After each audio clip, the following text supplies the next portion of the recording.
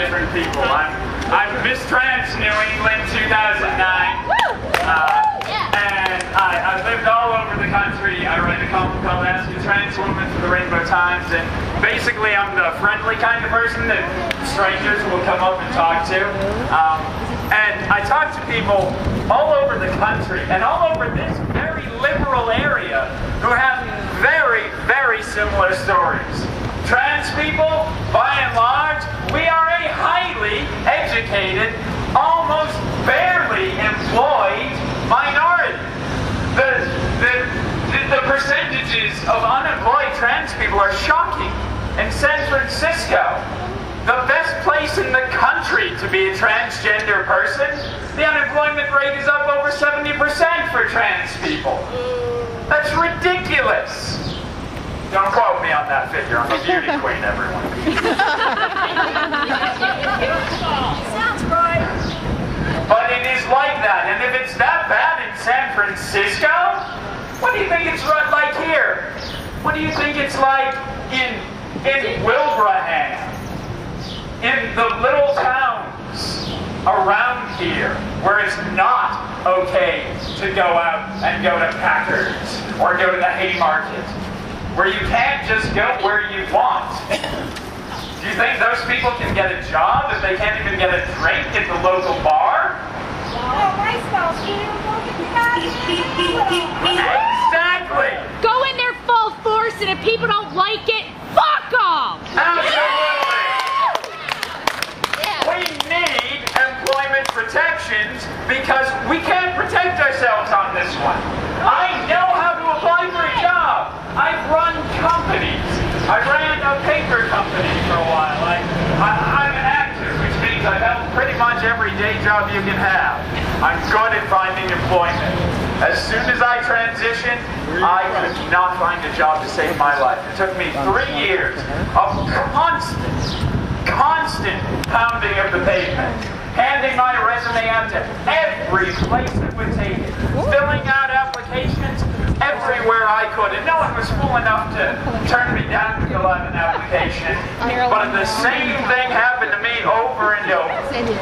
I would go into a place with a sign in the window that says help wanted, and I'd fill out an application and they wouldn't even look at it.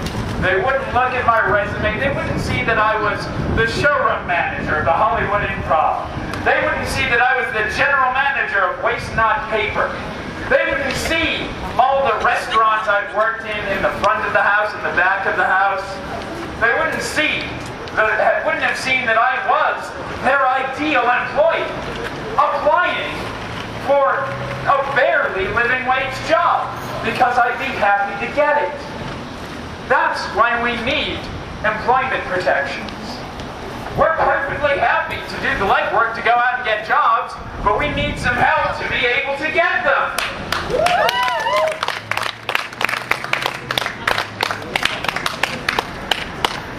I could pretty much talk all day, but I'm not really going to. I just am asking to go out there and fight for the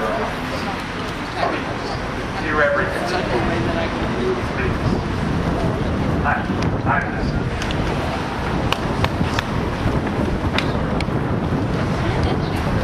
I'd like to talk for a minute about how to deal with people when they're straight. Speak up. Push the thing on the side. Other side. Okay, there we go. I'd like to talk for a minute about how to address people who identify as cisgender, straight, maybe they're gay, maybe they're lesbian, who say, you know, this is hard enough to pass this from us, you know, we care about you, but you just need to leave you behind a little bit, and we'll come back and get you in a few years, we can pass this for, you know, gays and lesbians, and bisexual things.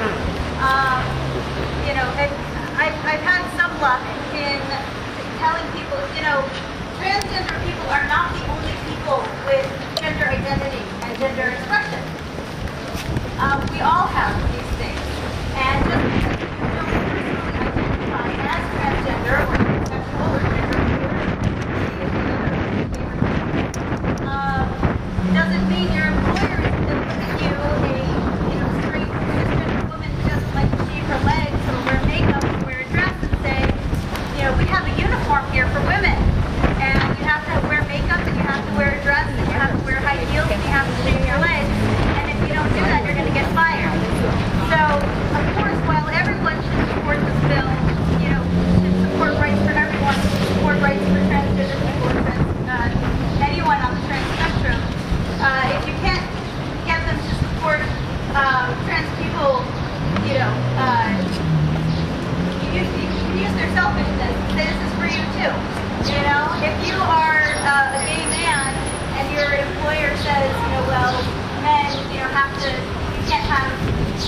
playing in your cubicle or whatever, you know, that's not a thing men do.